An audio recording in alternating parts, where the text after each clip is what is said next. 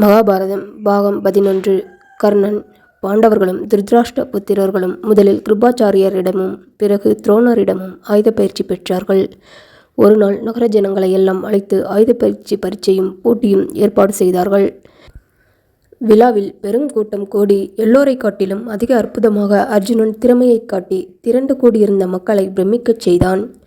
துரியோதனனுக்கு தாங்க முடியாத பொறாமை பொங்கிச்சு. அந்த சமயத்தில் திடீரென்று யாரோ தோள் தட்டி கொண்டு வரும் சத்தம் வாயிற் பக்கத்திலிருந்து வந்தது. எல்லோரும் சத்தம் வந்த திக்கை நோக்கினார்கள். ஜனக்கூட்டம் வழிவிட்டு விலக தேஜஸ் வீசும் தோற்றம் கொண்ட வாலிபன் ஒருவன் சபையில் நுழைந்தான். அவனே கர்ணன். சகோதரன் என்பதை அறியாமல் அர்ஜுனனை பார்த்து, "அர்ஜுனா, நீ என்னவெல்லாம் செய்து காட்டினாயோ அதற்கு மேற்பட்டதாக நான் செய்கிறேன்" என்றான். இதை கேட்டதும் ஜனக்கூட்டம் உடனே எழுந்து ஆரவரைத்தது. துரியோதனனுடைய பொறாமை நிறைந்த மனதில் சந்தோஷம் தோன்றியது. கர்ணனை கட்டி தழுவி கொண்டு, "என்னையும் என் ராஜ்யத்தையும் நீ இஷ்டப்படி உபயோகித்து கொள்ளலாம்" என்று மெதுவாகச் சொன்னான். "பிரபுவே, நான் அர்ஜுனனுடன் யுத்தம் கோரி வந்தேன். நீ காட்டிய பிரியத்துக்கு என்றைக்கும் நன்றியுள்ளவனாக இருப்பேன்" என்றான் கர்ணன். கர்ணன் அறை கூவியதை கேட்டு அர்ஜுனனுக்கு கோபம் பொங்கி, "கர்ணா, சபைக்கு அழைக்கப்படாமல் வந்தவர்களும் கேட்கப்படாமல் போகிறவர்களும் இகழப்படுவார்கள் என்று கொடுமையாக பேசினான். பல்குனான் என்பது அர்ஜுனனின் பெயர்களில் ஒன்று.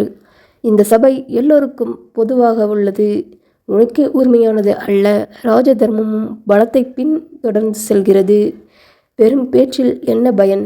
பானங்களை கொண்டு பேசு" என்றான் கர்ணன். இவ்வாறு கர்ணன் அர்ஜுனனை யுத்தத்திற்கு அழைத்ததும் ஜனக்கூட்டம் குதூகலம் கொண்டு 2 கட்சிகளாக பிரிந்தது. ஸ்திரீகளும் கூட 2 கட்சியாக உண்டாயிற்று என்று வியாசர் சொல்கிறார். உலகம் எப்போதுமே இந்த மாதிரி தான் என்பதை காணலாம். கர்ணனை பார்த்ததும் அடையாளம் கண்டுகொண்ட குந்தி மூர்ச்சையடைந்தாள். விதுரன் அவளை வேலைக்காரிகளை கொண்டு உபசரித்து தேற்றினான். அவள் ஒன்றும் செய்ய தோன்றாமல் திகைத்தாள். பிறகு கிருபாச்சாரியர் கர்ணனை பார்த்து, "பாண்டு புத்திரனும் குரு வம்சத்தைச் சேர்ந்தவனுமான அர்ஜுனன் தொந்த யுத்தத்திற்கு தயாராக இருக்கிறான்.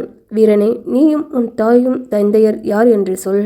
நீ எந்த ராஜகுலத்தை அலங்கரிக்கிறாய் என்பதை எடுத்து சொல்வாயாக. குலமும் குலச்சாரமும் தெரிந்து கொள்ளாமல் ராஜகுமாரர்கள் சமயுத்தம் செய்ய மாட்டார்கள்" என்று சொன்னார். இந்த சொல்லை கேட்ட கர்ணன் மலையில் நனைந்து வணங்கிய தாமரை மலரை போல் குனிந்தான். முகம் வாடிச்சு. துரியோதனன் உடனே எழுந்து, "நான் கர்ணனை அங்க தேசத்தின் ராஜாவாக இந்த கணமே அபிஷேகம் செய்வேன்" என்று சொல்லி பீஷ்மரையும் திருதராஷ்டிரனையும் அனுமதி கேட்டு சாமக்கிரியைகளை அங்கேயே வரவழைத்து கிரீடம், ஹாரம், சிங்காசனம் முதலியவைகளை எல்லாம் அமைத்து கர்ணனை அங்கதேச ராஜாவாக பட்டாபிஷேகம் செய்வித்தான்.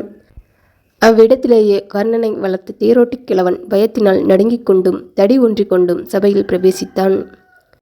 அவனை பார்த்ததும் அங்க தேசாதிபதியாக அபிஷேகம் செய்யப்பட்ட கர்ணன் பிதாவிடமுள்ள மரியாதைக்கு கட்டுப்பட்டு வில்லை கீழே வைத்துவிட்டு தலைவணங்கி நமஸ்கரித்தான். அவனும் புத்திரனே என்று சொல்லி கர்ணனை கட்டிக்கொண்டு அபிஷேக தைலத்தினால் ஈரமாயிருந்த அவன் தலையில் ஆனந்த கண்ணீர் சொரிந்து மேலும் ஈரமாக்கினான். பீமன் இதை கண்டு கொல்லென்று சிரித்து, "தேரோட்டியின் மகனை, உன் குலத்துக்கு தகுந்த குதிரை சவுக்கை எடுத்துக்கொள். நீ அர்ஜுனனுடன் சமயுத்தம் செய்ய தகுந்தவன் அல்ல" என்றான். அங்கு கூடியிருந்த சபையில் பெரும் குழப்பம் உண்டாயிற்று. சூரியன் அஸ்தமனமானான். விளக்கு வெளிச்சத்தில் எல்லோரும் கூற்றல் போட்டுக்கொண்டு கலைந்தனர்.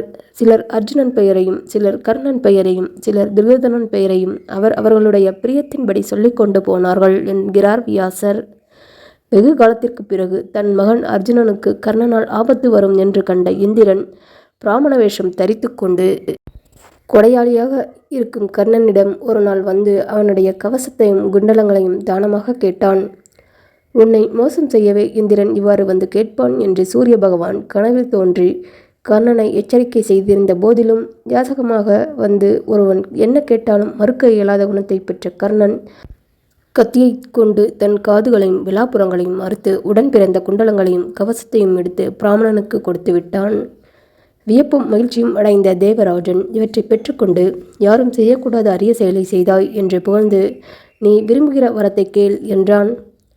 "சத்ருக்களை சம்ஹரிக்கக்கூடிய உன்னுடைய சக்தி ஆயுதத்தை பெற விரும்புகிறேன்" என்று கர்ணன் சொல்ல இந்திரன் அவ்வாறே கொடுத்தான்.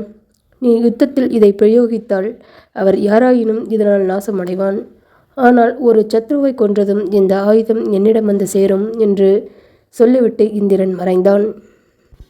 கர்ணன் பரசுராமரிடம் சென்று தான் பிராமணன் என்று சொல்லி அவரிடம் சீடனாக அமர்ந்து பிரம்மாஸ்திர மந்திரத்தை கற்றான்.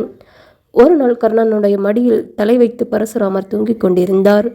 அந்த சமயம் ஒரு கொடிய புழு கர்ணன் தொடையை கடித்து குடைந்தது. இரத்தம் பெருகிச்சு. தூங்கிக் கொண்டிருந்த குரு எழுந்து விடுவார் என்று அந்த உபத்திரவத்தை லட்சியம் செய்யாமல் கர்ணன் அசையாதிருந்தான். பரசுராமர் விழித்திறந்து இரத்த வெள்ளத்தை பார்த்து, பிரிய சீடனே, நீ பிராமணன் அல்ல, சத்திரியன்தான். இந்த மாதிரி உடல் உபதிரத்தை பொறுத்து கொண்டு அசையாமல் இருக்க முடியும். உண்மையைச் சொல் என்றார். தான் பிராமணகுலம் என்று சொன்னது பொய் என்றும் தேரோட்டியின் மகன் என்றும் ஒத்துக்கொண்டான் கர்ணன். நீ குருவை ஏமாற்றியபடியால் நீ கற்ற பிரம்மாஸ்திரம் மரண தருவாயில் உனக்கு பயன்படாமல் உன்னை ஏமாற்றும். அந்த சமயத்தில் மந்திரத்தை மறந்து போவாய் என்று சபித்து விட்டார். பரசுராமருக்கு சத்திரியர்கள் மேல் ஆறாத துவேஷம். தன் ஜாதியை மறைத்து பொய் சொல்லி பிரம்மாஸ்திரத்தை பெற்றுவிட்டானே என்று கோபித்து இவ்வாறு சபித்தார். இந்த சாபத்தின்படியே கர்ணன் கற்ற அந்த வித்தை உயிருள்ள வரையில் நினைவில் இருந்தும் யுத்தத்தில் அர்ஜுனன் தாக்கும் சமயத்தில் மறந்து போயிற்று. துரியோதனனுக்கு ஆத்ம சிநேகிதனான கர்ணன் கடைசி வரையில் கௌரவர்களுடைய கட்சியிலேயே இருந்தான். பீஷ்மரும் துரோணரும் நீங்கிய பின் கர்ணன் கௌரவ சேனைக்கு தலைவனாக இருந்து யுத்தத்தை 2 நாள் அற்புதமாக நடத்தினான். முடிவில் தேர்ச்சக்கரம் மண்ணில் புதைந்து ரதம் ஓட முடியாத சமயத்தில் அர்ஜுனன் கர்ணனை கொன்றான். குந்தி தேவி துக்கச் சாகரத்தில் மூழ்கினாள். இது யுத்த காண்டத்தில் வரும்.